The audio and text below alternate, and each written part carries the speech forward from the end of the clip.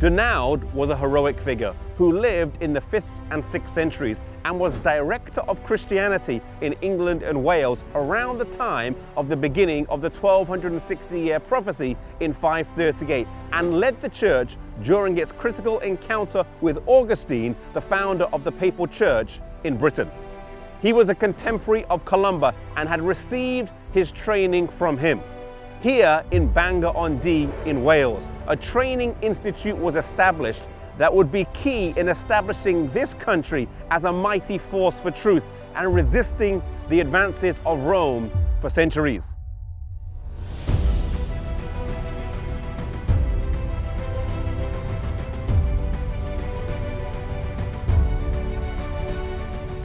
The school here in Bangor was not a small one with just 20 or 30 students, but it would have had hundreds and at times thousands of students. There was one particular story. Soon after, the leaders of the Celtic Church had met with Augustine and rejected his teachings and authority, when 1,200 ministerial students from this school were slaughtered.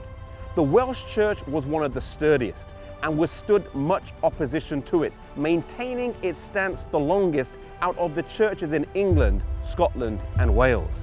They differed with Rome on many points, but the supremacy of the bishops, celibacy, and the Sabbath were three of the main ones. There is much evidence that the Sabbath prevailed in Wales universally until AD 115, when the first Roman bishop was seated at St. David's.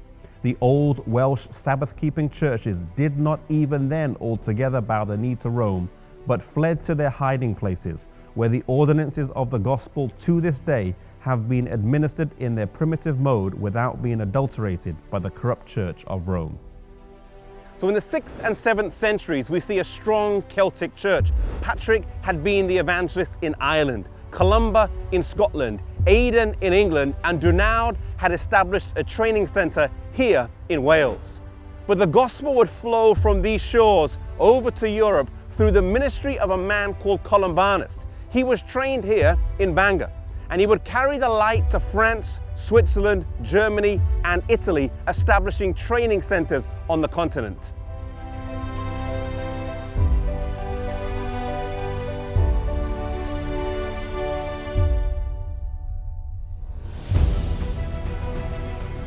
The first place he established a school was in France.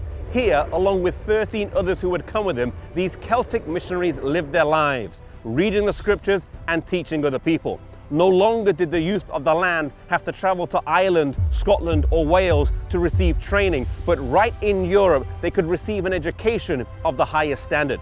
Soon this school became too small, and he planted another one nearby, and then another one nearby, all within 20 miles of each other. Later on in his life, he would plant schools in Switzerland and in Germany. Even as he was nearing the end of his life at 70 years old, he did not slow down.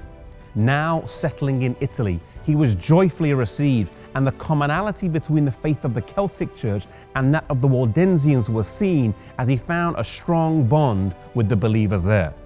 Refusing to enjoy a comfortable retirement, he asked the king for a place to plant a new centre, and the locality of Bobbio, with its ruined church, was given him, and he established a school and library there.